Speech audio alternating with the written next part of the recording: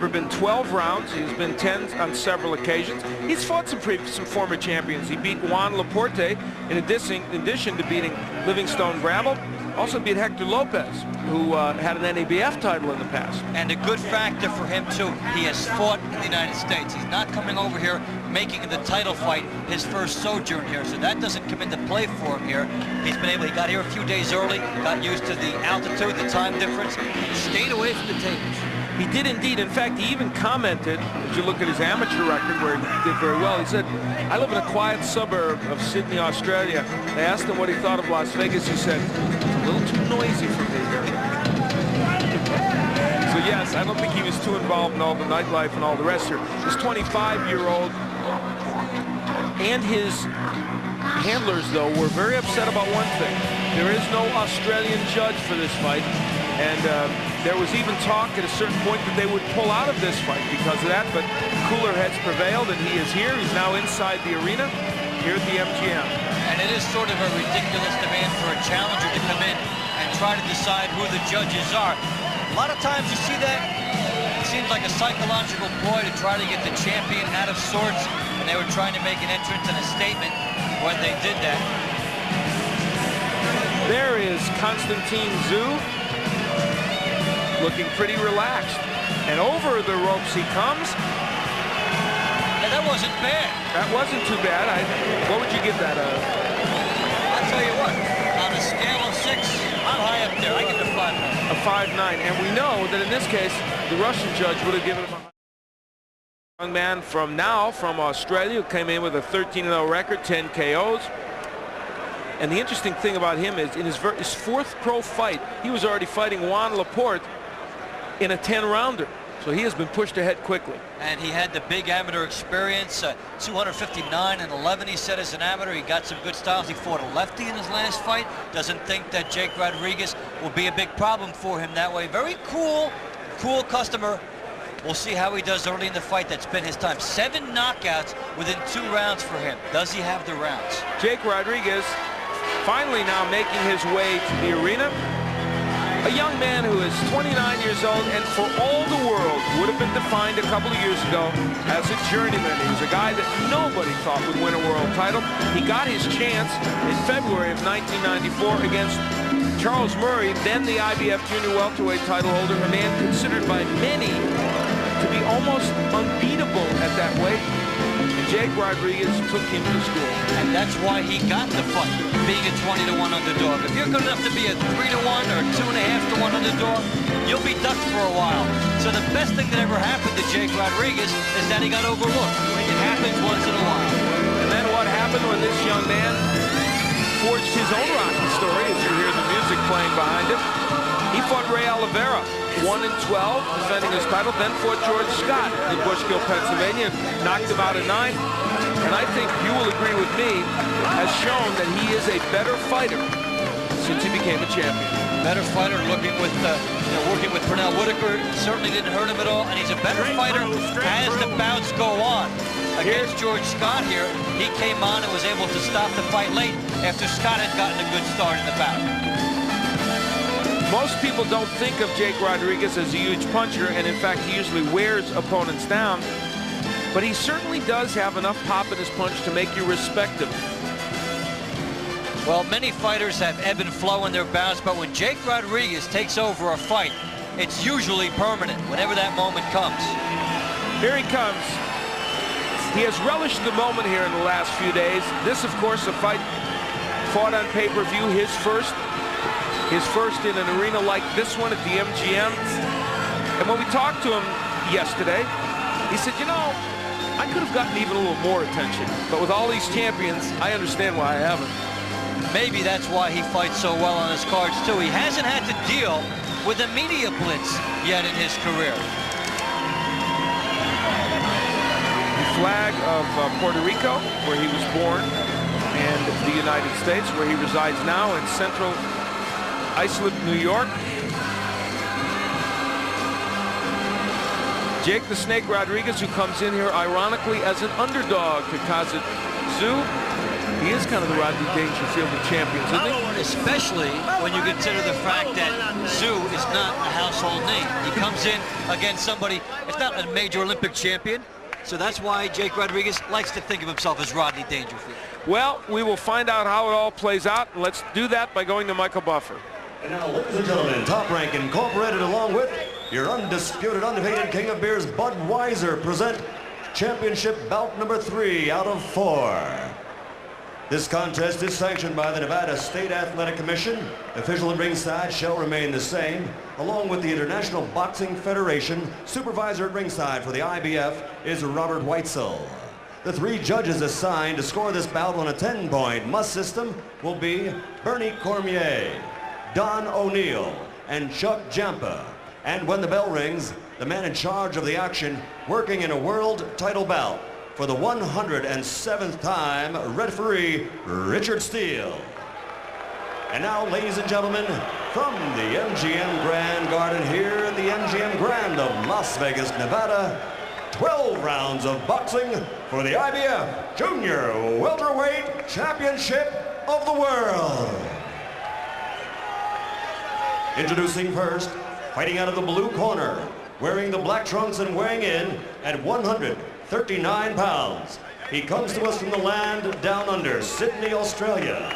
His record, a perfect 13-0, 10 KOs to his credit.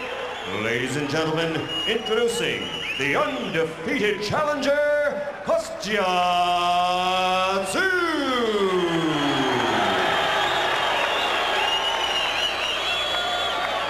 And his opponent across the ring, fighting out of the red corner, wearing the red trunks with white trim, weighing 139.5 pounds. Fighting out of Central Islington, New York, he brings a professional record of 26 victories with only 2 defeats, 2 draws, 7 KOs to his credit. Ladies and gentlemen, presenting the IBF Junior Welterweight Champion of the World, Jake the Snake Rodriguez.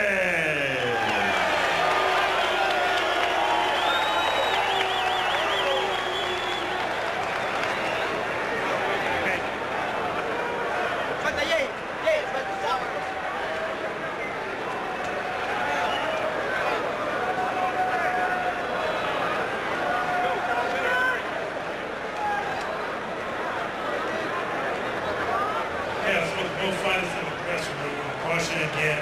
Obey my commands at all times. Shake hands, good luck.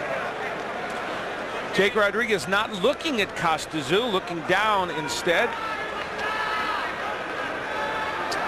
And we're heading into our 3rd of 4 championship matches. That's the challenger, Kostya Tszyu, young man from Australia, originally from Russia, and Jake Rodriguez from Puerto Rico, living in the United States.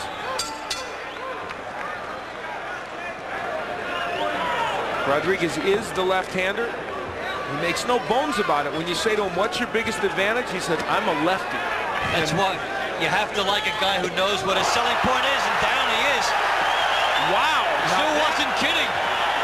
Not being bothered by lefties. That is a shock. I am astonished to see Jake Rodriguez go down so early. He is not the kind of guy that goes down. Charles Murray didn't do it. Man, Kostya Tszyu with a big right hand. And Rodriguez cornered there. Tszyu is very potent early, and Rodriguez told us, he said, I know he's going to be tough early. He said, I have to get through that. Let's see if he can do it.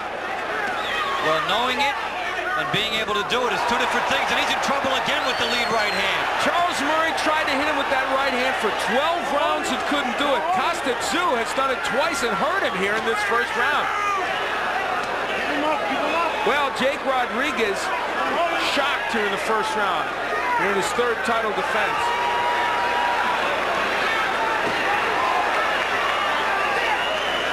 Kostya Tszyu going for it early. He knows this is his best chance right now. And a lot of patience by Kostya Tszyu. So, Jake Rodriguez halfway through round 1, just trying to make sure he gets through this round.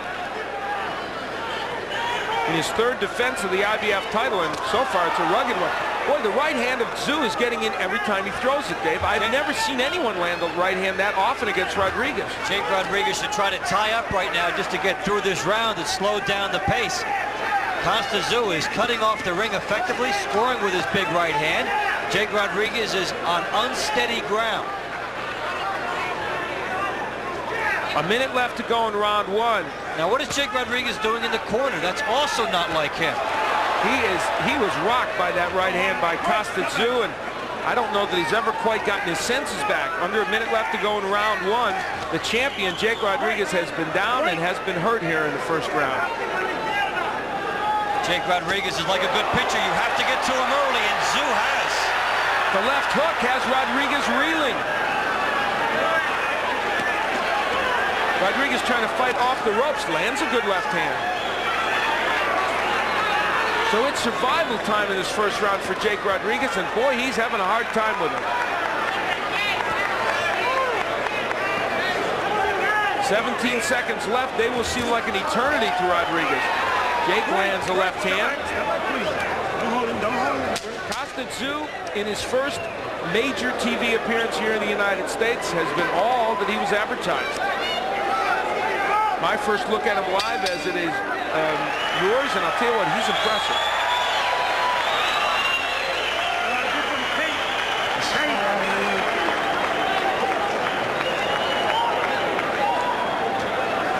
Okay, in my pocket here. Reach in that pocket to strengthen there.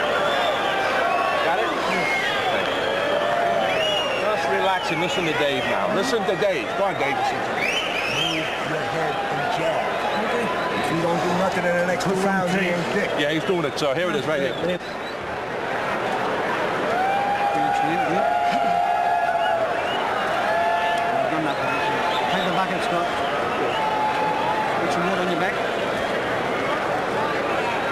Well, Tszyu almost wins the fight right here. The jab by Rodriguez, he doesn't bring it back. The little shuffle step by Tszyu, very impressive, sets up the knockdown.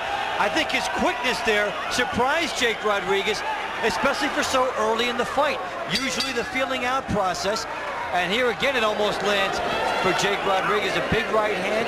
He almost went out of here in round one. You know what that right hand reminded me of a little bit? Remember when Michael Nunn knocked out Sambu Kalembe? Yes. In the first round, no one ever thought that could happen. It was a roundhouse kind of a punch just like that. In this case, Rodriguez didn't stay down. We're into round two. It's scheduled for 12. Jake Rodriguez in the red, the IBF junior welterweight title holder against challenger Kostya Tszyu from Australia by way of Russia. And Tszyu has shown us early that his reputation as a puncher, the 10 KOs and 13 wins, is legit. That impressive shuffle step setting up the knockdown. Rodriguez thought he could retreat a little bit after missing his jab. And that quick step by Tszyu cut off the distance, and he went right at him. Had he tried to do that from outside, he would not have gotten home with that shot. 2 minutes left to go in round two. And Rodriguez was outlanded 25-9 in power shots in round one. There were about 3 shots in round one, which nearly ended it on him.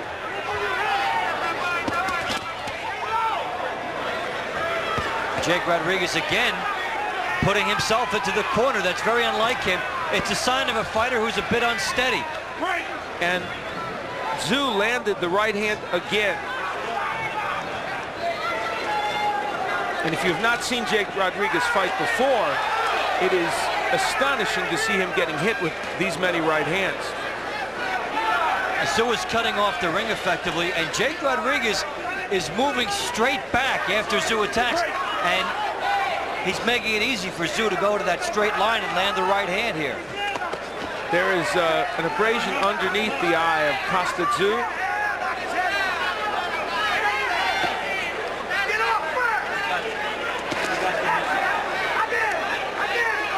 Under a minute left to go in round two. Jake Rodriguez has stabilized himself to some degree, but not able to do much offensively against Tszyu. We're not accustomed to seeing Jake Rodriguez push his punches out either. He's pouring with his left hand. That's supposed to be his power hand. There's the jab. Now they told him jab and move your head to Rodriguez. He's doing neither very effectively right now. just getting nailed with right hands. There's another one.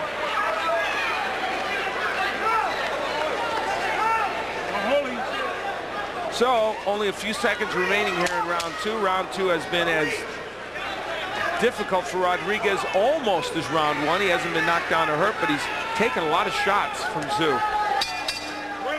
That'll do it for round two.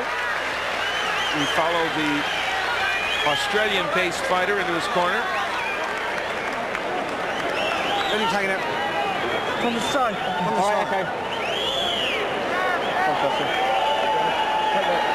Hold that kick. I will. Listen, use the lap. Pick the wall up, man. Pick the wall up, man.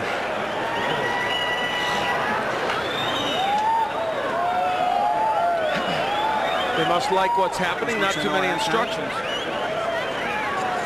Yes, put them back in the ice, mate. Is the other rinse? Oh, look at those numbers, Dave. You don't usually see Jake Rodriguez being outlanded like that, and he throws a lot more. He's had some big numbers throughout his career. And Jake Rodriguez again taking more big shots. The right hand, 2 shots from the outside, and Tszyu's movement has been the subtle key to this fight. A little slide stepping. We head into round 3 in this IBF Junior Welterweight title match. It's scheduled for 12. Jake Rodriguez is in red. He's the champion. Kostya Tszyu, the challenger, has had Rodriguez down in round 1 and has had him hurt on a couple of different occasions. Fighters who have gone so many rounds, they understand the pace of the bout. They know when the ring is being cut off on them. But Tszyu is doing it quicker than Jake Rodriguez expects. Rodriguez pushed him back with a good straight left hand. Let's see if that had any impact on Kostya Tszyu. Well, Jake Rodriguez must establish his mugging ability in this bout. Getting inside and making that kind of pace. Right? Pushing off, doing some of the dirty work, whatever the referee allows you to do inside, he has to do that so that Tszyu doesn't keep coming right in on him. And the jab is really part of that, though, because like that, he's got to land the jab to get on the inside. Rodriguez showing a little bit more in this round. And Tszyu is looking to plant that right hand behind a miss by Rodriguez. Let's remember, though, what Tszyu's history has been and what Rodriguez told us the other day. He said he's dangerous early and he's going to try and get me early. If I don't go out, I think as this fight wears on, he's going to get more cautious and I'm going to come forward. We're seeing evidence of that, Dave, already. Talking about that as we were at the top, that Jake Rodriguez from about round 5 on, the key is what did Tszyu take out of him in the early part, and that's what creates the intrigue. Who makes the most of his best scenario? Now, there was a right hand by Tszyu that landed, a good right hand. It didn't have the kind of impact on Rodriguez that the earlier ones had. Well, for the first time, he was on his heels when he threw it, too, because Jake pushed him off the mark a little bit. Kostya is moving back a little bit more, but he lands a good counter shot there. As usual with Jake Rodriguez's fight, it's starting to get fun. Under a minute left to go in the round. Good left hook by Tszyu. Rodriguez trying to establish his jab here in round 3, and to some degree has done it. And Tszyu squares up at certain times, and he has stopped Jake Rodriguez's momentum for a minute when he did that.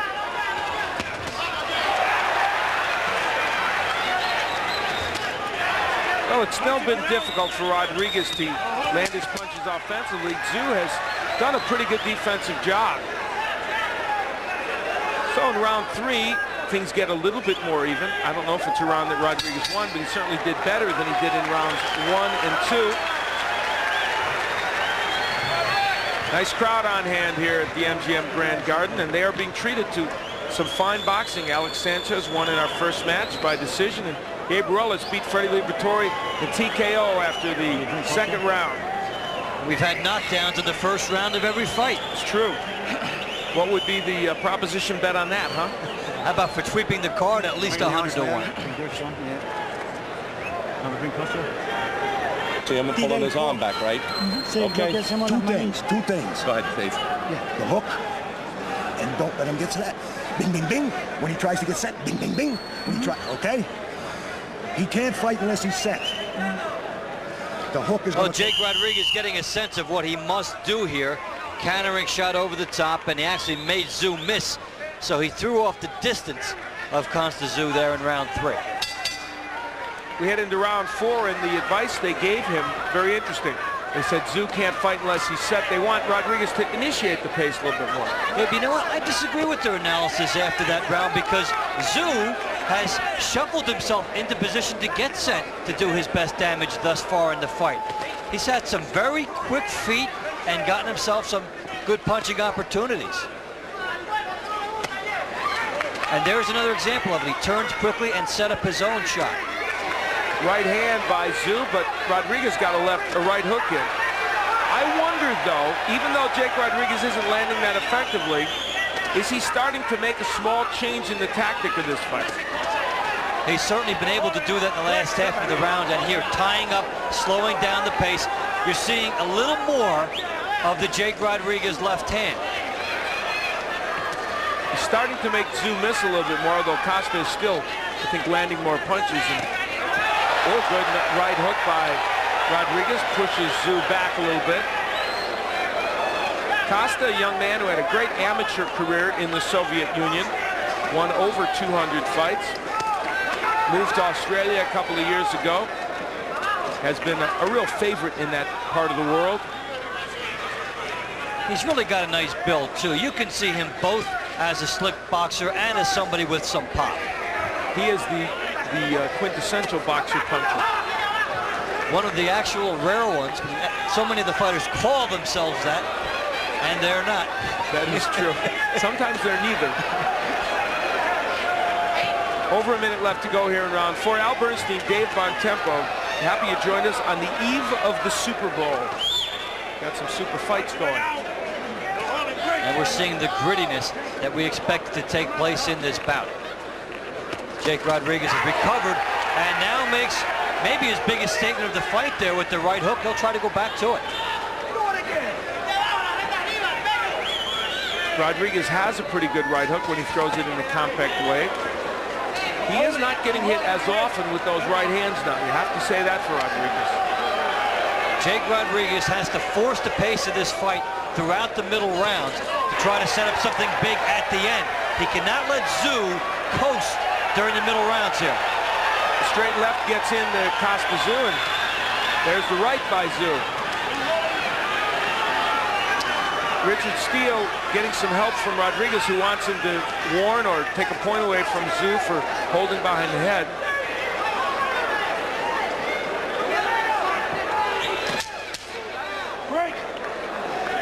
So we wind down in round 4, a round in which Rodriguez has had some better moments, but Kostya Tszyu is still pinpointed him with some of those good combinations.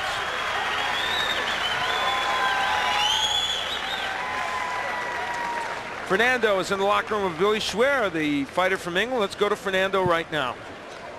Thank you, Al. Billy, do you think the Ruela's height is an advantage or a disadvantage to you? Here. Looks good. He's not too much taller than me. There's not a lot in it, really. So it's going to be a good fight. He's not all that much taller than me. He's only about an inch and a half taller than me. So I don't think it's going to be a disadvantage, not at all. Have you fought anybody that, with his physique, you know, he's tall, lanky? Yeah, a couple of fights ago, I fought a Canadian, Howard Grant. He was unbeaten. He was very tall, very much similar to Ruela's. Thank you very much. Good luck. Back to you, Al. Thank you, Fernando. Thank you. We peek in on Kostya Tszyu, and here's Jake Rodriguez with some action. And body by Jake and left hook by Jake. It's his shot in there, and maybe he's getting his range in this fight. We'll see. We head into round 5. Billy Schwer, one of the numerous fighters who have not fought in the United States on this card. Right. The totals through round 4. Interestingly, it's not that one-sided. 101 punches landed by Tszyu of 282, and 74 landed of 245 for Jake Rodriguez. But the knockdown, of course, giving Tszyu a bigger edge. And Jake Rodriguez is trying to turn the complexion of the fight. But Tszyu is more durable than his other opponents, and Tszyu has the knowledge of that fast start, which he has been able to play off. Jake Rodriguez looking to Richard Steele for some help. Good right, hurt Rodriguez. Couple of good rights by Tszyu. Looked like it rocked Jake Rodriguez. Gave him a brief taste of spaghetti legs there. Another right. Jake Rodriguez showing us a lot of grittiness here. He's backing up. I think he's taking some big right-hand leads, too. Kostya Tszyu landing more right hands against Jake Rodriguez than I think anyone has done in the last 5 fights I've seen him in. Jake is hurt. And Jake cannot be standing there like that. He's taking one big shot trying to load up, but Jake Rodriguez is not a puncher. He is definitely hurt. Kostya Tszyu has him in trouble. What is keeping him up right now, I don't know. He has been rocked with those right hands. And there you see Tszyu again turning into his punches. And Jake goes down. That was a knockdown. I don't know why he didn't call that a knockdown. Jake went down on his own. He went down so he could get the rest. Bad call by Richard Steele. Yet another bad call. That's a horrible call. Or a horrible non-call in this case. Jake went down because he was hurt. Well, Richard Steele blew that one. Good hook by Kostya Tszyu.